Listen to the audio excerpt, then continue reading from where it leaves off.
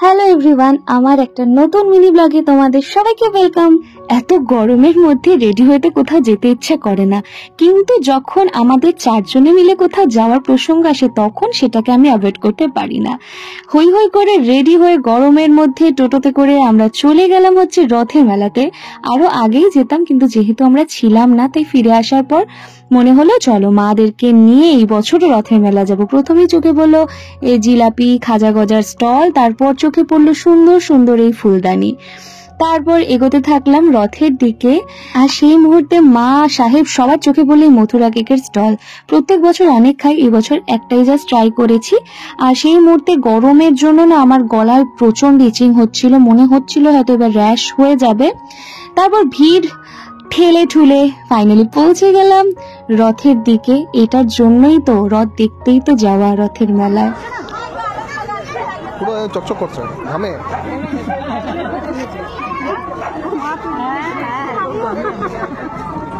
প্রতি বছর মা পুজো দেয়, এই বছর মা পুজো দিতে পারবে না বলে শাশুড়ি মা পুজো দিল।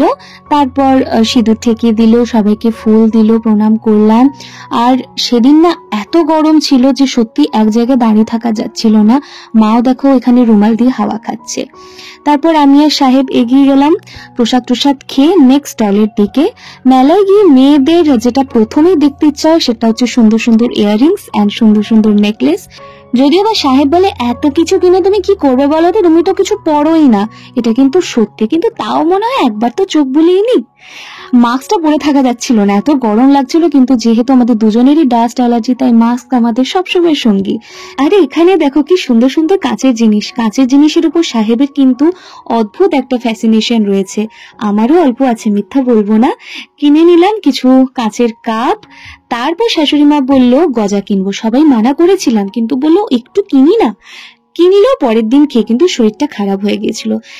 রাত তখন 10:30। সত্যি বলতে আর মেলা ঘুরতে ইচ্ছা করছিল না, অ্যালার্জিতে গলা প্রচন্ড চুলকাচ্ছিল, পুরো লাল হয়ে গেছিল, গরমে অস্বস্তি হচ্ছিল।